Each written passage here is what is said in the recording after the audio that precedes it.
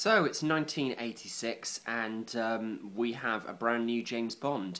At the time it was almost certain to be Pierce Brosnan playing James Bond 007 in the 15th James Bond film following Roger Moore's final film in the series, A View to a Kill. Pierce Brosnan was contracted to TV series Remington Steele back in 1986, but he was told that after 60 days his contract with the show would be over and he would be able to start work on Bond, on The Living Daylights.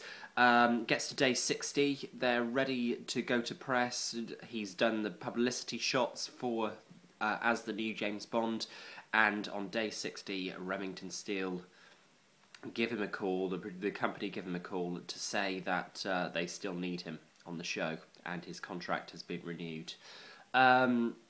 You've got to put yourself in Pierce Brosnan's shoes. He was so excited to become James Bond, to take over from Roger Moore, to bring his interpretation to the role, and he has it and it slips away from him. So, an actor who Cubby Broccoli admired and actually considered to play Bond ever since Sean Connery first left the role in 1967 was Timothy Dalton, a Welsh Shakespearean actor. And at the time, Timothy Dalton was confronted back in 1968 to play Bond, but he was in his early 20s and he felt that he was far too young to play James Bond. But of course, 1986, Cubby Broccoli remembers Dalton and goes back to him and offers him the role again. Feeling more mature now and in his 40s, Timothy Dalton accepts, and he has become the new James Bond. He becomes the fourth actor to play 007. So, pre-production begins towards the end of 1986 with Timothy Dalton. He's been working on a TV series called Brenda Starr, and he now is free. His schedule is free and he basically goes straight from his TV series Brenda Starr, finishes on the Friday and starts work on The Living Daylights on the Monday, so a very quick turnaround. In terms of the film and the story itself, The Living Daylights is very good. It's a strong debut for Dalton's 007, and it's a very different 007 to Roger Moore and to Sean Connery and to George Lazenby. It's a unique portrayal of Ian Fleming's secret agents. And personally, Timothy Dalton is actually one of, if not my favourite, James Bonds, simply because he imbues the character with a humanity and a fallibility that we haven't seen so far. Sean Connery had the ruggedness, but again, they kind of made him almost like a superhero by the end of his films.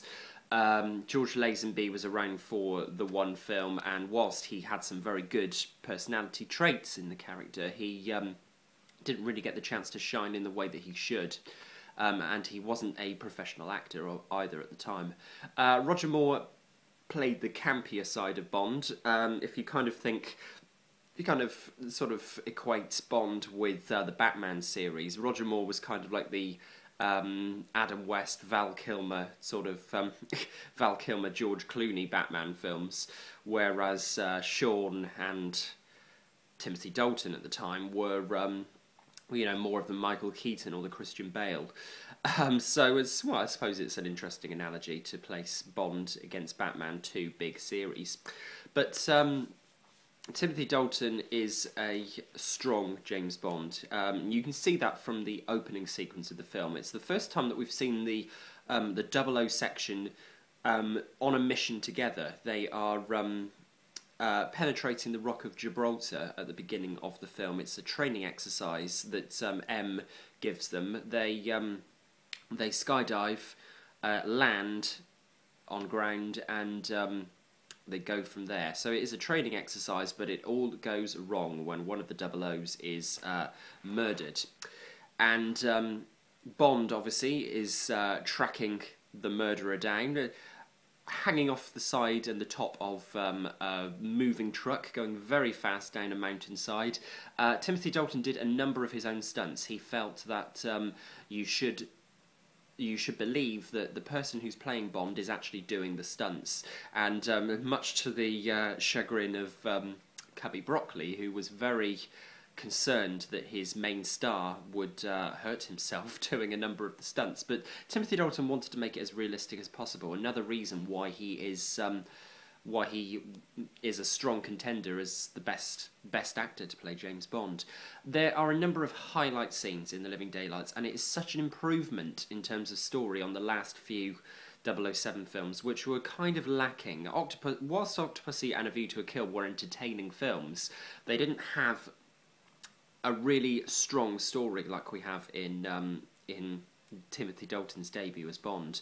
That said, I don't think The Living Daylights is as good as Licence to Kill, but it is a very good film. We start off with a thrilling pre-credit sequence, which segues into Bond falling onto the sort of parachuting down onto the top of a cruise liner and introducing himself to the woman on there, who's saying, "It's so boring, I wish I could find a real man." And down comes James Bond. He reports into HQ and says, "I'll be there in an hour." Woman says, "Will you join me?" Holds up a couple of glasses and he says, "Better make that two." It's a great introduction to Timothy Dalton's Bond, and he says he gets the line in the pre-credit sequence, Bond, James Bond. Which, of course, George Lazenby got the line in his pre-credit sequence, but for Sean and Roger, it was a delayed delivery of the line, "The name's Bond, James Bond." So Timothy Dalton does get in there right at the beginning in the pre-credit sequence, gets the chance to say the line, and he says it very quickly. It seems very natural. It's a very natural delivery. It's just everyday speech. So, who are you? Bond, James Bond. No messing around. This isn't a film for lots of laughs. Timothy Dalton is not known for that, and he didn't want to do that. You could tell that he is a trained actor, and that he went back to Ian Fleming's stories. He went back to the original source material because he wanted to present a character unlike the interpretations that have gone before him, Sean Connery's, George Lazenby's and Roger Moore's, and I think he succeeded admirably with that. So he creates a very unique James Bond. Very little room for laughs, though there are one or two in the film. But I mean, even when he is laughing, as Bond, Timothy Dalton kind of looks a bit uncomfortable. He is the darker side of Bond, certainly, and that comes across very well. Obviously, 1980s, the AIDS crisis, if you like, permeating the news and modern society. So the idea from Richard Maybaum and Michael Wilson's script was to almost make Bond monogamous, and there is only really one central woman in the film, who is Mariam Darbo's Cara Milovi, who actually isn't the strongest of the Bond girls, but she does actually sort of work alongside Timothy Dalton very well in the film. It's a strong song as well, Aha's The Living Daylights, very poppy, very synthetic score from John Barry, and actually it's John Barry's last James Bond music score, and it's one of his best. It's widely considered one of his best because the action cues are terrific in the film. So it's a strong debut for Timothy Dalton. Nothing wrong with Timothy Dalton's performance at all in the film. His ally, Saunders, although he starts off quite prickly towards Bond, actually does die midway through the film, and it's actually quite a sad sequence because you can tell that Bond has some respect for Saunders, and when he dies, is played brilliantly by Thomas Wheatley, by the way. But when he dies, it's quite a somber moment, and you just have to look in Timothy Dalton's eyes as Bond to realise that you don't mess with this 007. Some of the locations in the film, we have obviously Gibraltar at the beginning in the pre-credit sequence, and Vienna as well, which is, I've never been, but it just looks stunning. It just looks like a beautiful location once again to take Bond. That's one of the things that the Bond films do particularly well. They really do take you to locations that really stand out, and the locations actually, in many ways, become a character in the films themselves. We also have the villains of the piece, who this time actually are one of the letdowns of the film. Apart from Andreas Wisniewski, who plays the villainous Necros, who again, it's a henchman, but he actually is better than the main villains of the piece. We have Brad Whitaker, played by Joe Don Baker, who would reappear as an entirely different character, an ally to Bond in Pierce Brosnan's first two films, GoldenEye and Tomorrow Never Dies. And we have General Koskov, played by Jeroen Krabbe, as well, a Dutch actor, who actually commits himself to the role quite well. But actually it's John Rhys-Davies who plays General Pushkin, who is more of a standout character in the film in terms of supposed villainy, although in fact we discover that he is an ally of Bond, and he works with Bond in the second half of the film.